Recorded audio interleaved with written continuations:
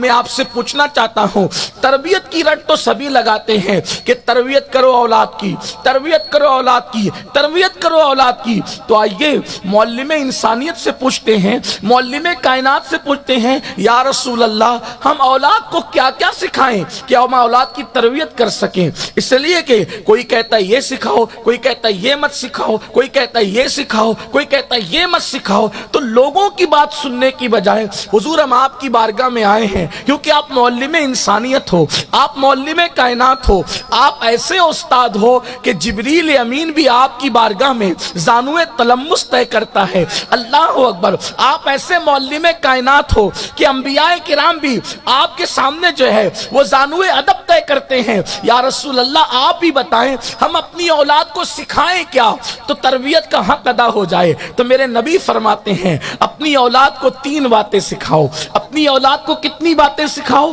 3 बातें। अगर आपने 3 बातें सच्ची सच्ची सिखा ली तो गोया कि तुमने तरबियत का हक अदा कर दिया।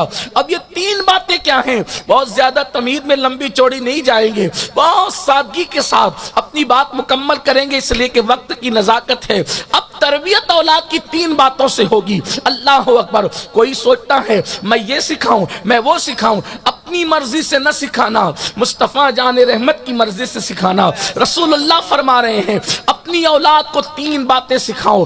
3 बातों में से हुजूर फरमाते हैं पहली बात जो अपनी औलाद को सिखाओ वो अपने नबी की मोहब्बत सिखाओ, वो अपने नबी का इश्क सिखाओ, अपने नबी से मोहब्बत सिखा दो। पता चला मोहब्बत सिखाने की जिम्मेदारी उस्ताद की नहीं है, मोहब्बत रसूल सिखाने की जिम्मेदारी पीर की नहीं है, मोहब्बत रसूल सिखाने की जिम्मेदारी खुतबा और उदबा की नहीं है, मोहब्बत रसूल सिखाने की जिम्मेदारी माँ बाप की है। माँ बाप इश्क रसूल सिखाएं, माँ बाप मोहब्बत रसूल सिखाएं। देखो ये तरबियत का अंदाज है। अल्लाह अकबर। ये मोहब्बत रसूल सिखाने की बात क्यों हो रही है? तरबियत का पहला हिस्सा है इश्क मुस्तफा सिखाओ, मोहब्बत रसूल सिखाओ। और कौन सिखाए? माँ बाप। इश्क किसने सिखाना है? माँ बाप ने। जब माँ बाप ही का सीना इश्क से खाली है तो वो क्या मोहब्बत सिखाएंगे, वो क्या इश्क सिखाएंगे?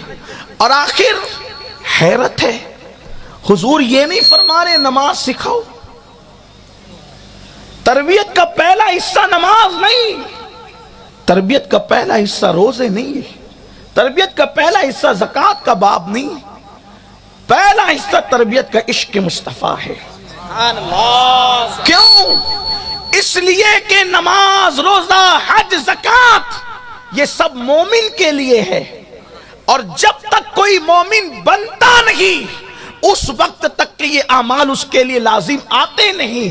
और फिर दूसरी बात, नमाज बालिग होने के बाद है, रोजा बालिग होने के बाद है, हज बालिग होने के और साहिब इस्तिताअत होने के बाद है, ज़कात बालिग होने और मालदार होने के बाद है। लेकिन इश्क़े मुस्तफा ऐसा अहमुल फराइज़ में से है कि माँ अपने बच्चे को दूध पिला रही है, दूध पिलाते पिलाते इश्क़े मुस्तफा सिखाना जरूरी है। नारे तकबीर, नारे रिसालत, नाराए हैदरी।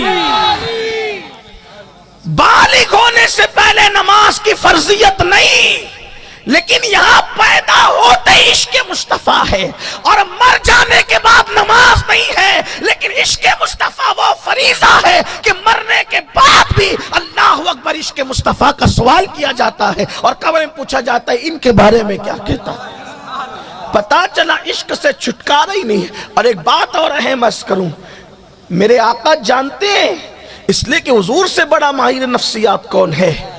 जो नमाजी बनेगा हो सकता है उससे रोजा छूट जाए, जो रोजेदार बनेगा हो सकता है उससे ज़कात छूट जाए, जो ज़कात देने वाला बनेगा हो सकता है उससे माँ बाप के हुकूक छूट जाए, जो माँ बाप के हुकूक अदा करने वाला बनेगा हो सकता है उससे बीवी के हुकूक छूट जाए, जो बीवी का हक अदा करने वाला बनेगा हो सकता है उससे पड़ोसी के हक छूट जाए। लेकिन जो आशिक रसूल बन जाएगा वो देखेगा कि मेरे महबूब की खुशी इसमें है कि मैं सबके हुकूक अदा करूं। तो जो आशिक होगा वो नमाजी भी होगा, वो हाजी भी होगा, वो गाजी भी होगा, हत्ता कि अल्लाह अकबर वो पड़ोसियों के हुकूक अदा करने वाला भी होगा। इसीलिए तो आरिफ रूमी से किसी ने पूछा था कि मैं क्या बनूं कि सब बन जाऊं?